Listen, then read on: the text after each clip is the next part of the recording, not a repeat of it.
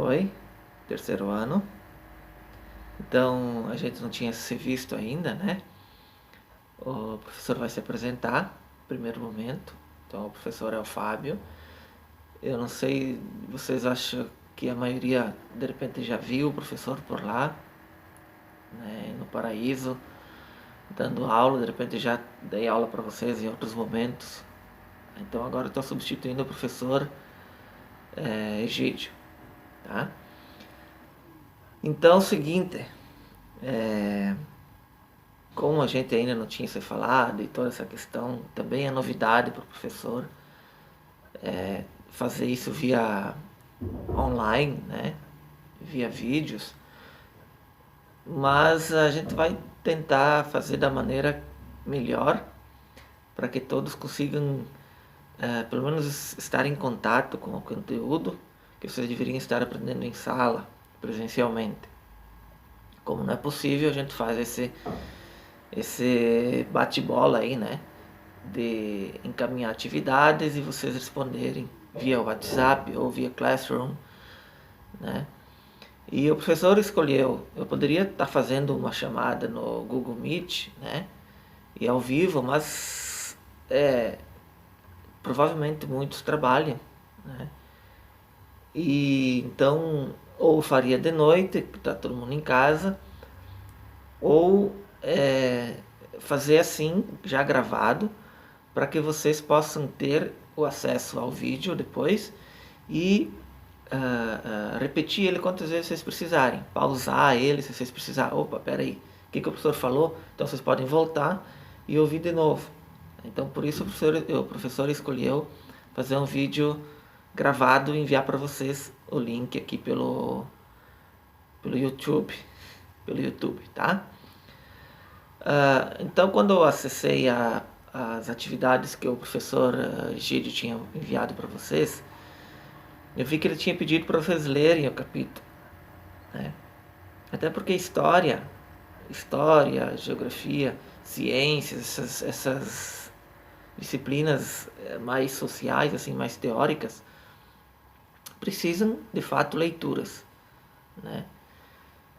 Leitura, prestar atenção no que se lê, entender o que está escrito e refletir sobre aquilo que está escrito, sobre aquilo que é o assunto, né? Para que a gente consiga incorporar e também aprender, de fato, entender o que está escrito, ou o conteúdo no caso. Então vocês tinham que ler o texto, assistir alguns vídeos, né? Não sei se vocês assistiram. E então o professor passou umas atividades, porque eu não sabia se ele já tinha passado alguma coisa para vocês, ou se vocês de fato tinham lido o texto, o capítulo, né? Mas é assim que funciona, né? Se a gente estivesse em sala de aula, o professor explicaria, nós falaríamos, vocês falaríamos, nós ouviríamos opiniões, enfim, a aula seria mais dinâmica, né? Não seria assim tão monótona, onde que só um fala e ou só um lê, né? Mas assim. Então vocês tinham lá, como o professor mandou a primeira atividade para vocês, eu tenho aqui do lado o notebook aberto, tá? Então eu vou lendo ali para falar com vocês. Então tinha duas atividades que o professor deu com 4 questões, né? Na página 68, organizando as ideias, responder as questões 1 e 3. E na página 71, hora de refletir, responder as questões 1 e 2. Né? Então vamos lá, página 68, o professor está com o livro aqui.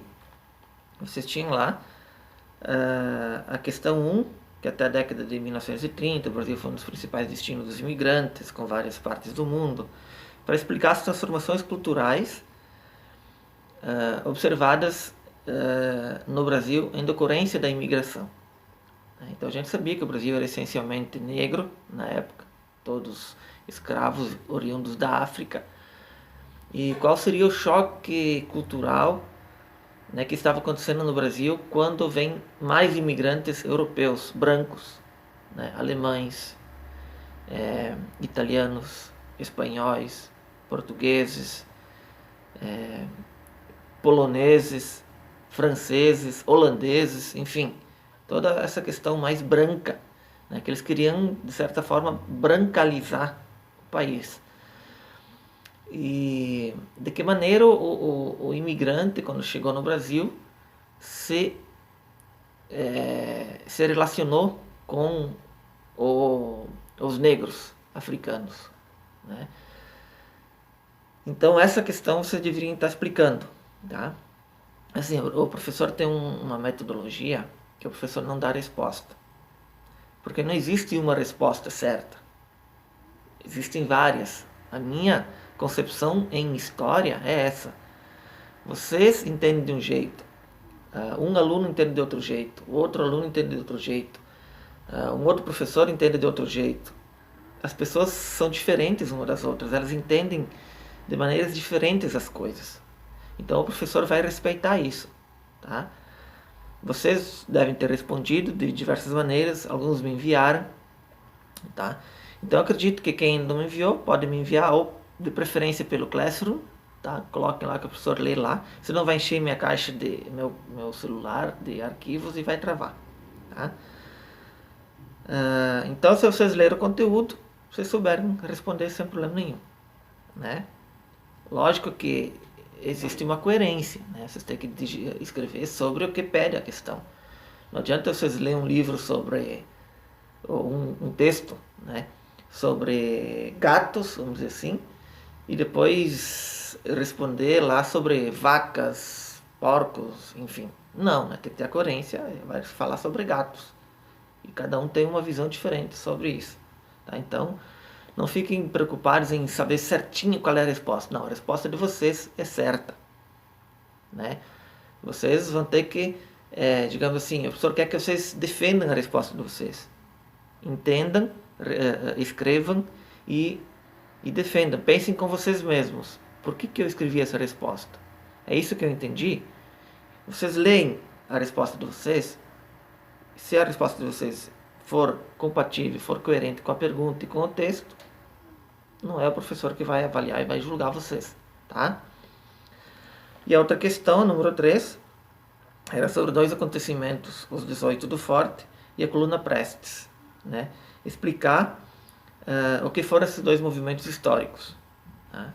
Então vocês também, se vocês não acharam no livro, pesquisarem na internet, né? Se vocês pesquisar lá os 18 do Forte, vai aparecer um monte de assuntos sobre isso, a Coluna Prestes, né? Então também vale a mesma resposta, né? O mesmo raciocínio de que aquilo que vocês escreveram, né, pesquisando, vai estar certo, tá? Vocês já estão no terceiro ano, então eu acredito que não vai ter problema nenhum. Tá? Vou tentar fazer o vídeo aqui com até 15 minutos, tá? Já passou 8. Para que vocês também não fiquem fica tão chata a nossa aula aqui. A segunda questão, o professor já passou para a segunda atividade da segunda semana, né, que o professor está com vocês. Para vocês entenderem o que foi, vocês deveriam fazer uma resenha crítica, né, desenvolvendo uma resenha crítica sobre alguns tópicos que o professor passou para vocês, tá? Então, as transformações da sociedade brasileira no século XXI, que vem calhar com a primeira questão da atividade passada, né? As transformações sociais e culturais no início do século, o surgimento das organizações políticas, né? Aí entra Getúlio Vargas, junto com a Coluna Prestes. O que a Coluna Prestes queria, o movimento Prestes, né? Foi um movimento político, enfim, tudo aquilo que vocês já leram. E o que foi a Primeira República? Como isso se consolidou, né? Como é que foi a Primeira República, que começa lá em 1889, né? E depois vai até 1930, quando Getúlio Vargas assume. Depois Getúlio Vargas fica até 50, né? 54, se não me engano, quando ele se suicida, tá? Então essa questão também é um texto pessoal, vocês ainda não me enviaram, alguns já me enviaram, tá? Eu peço que enviem lá no Classroom, tá? Não me enviem por aqui, porque senão vai lotar. São 200 e poucos alunos que o professor tem. Se cada um mandar 2 ou 3 atividades, vai dar quase 1000 atividades, 1000 arquivos, e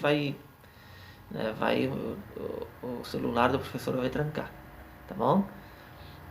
Então, assim, dizer para vocês que dessa forma que a gente está fazendo as atividades, é uma maneira de vocês estarem em contato com o conteúdo. Se algum momento a gente voltar para a sala de aula, né, aí a gente retoma, ou se você continuar sendo eu, ou você volta a ser o Egídio, né, porque eu tenho até final de junho agora o meu contrato, né, com vocês.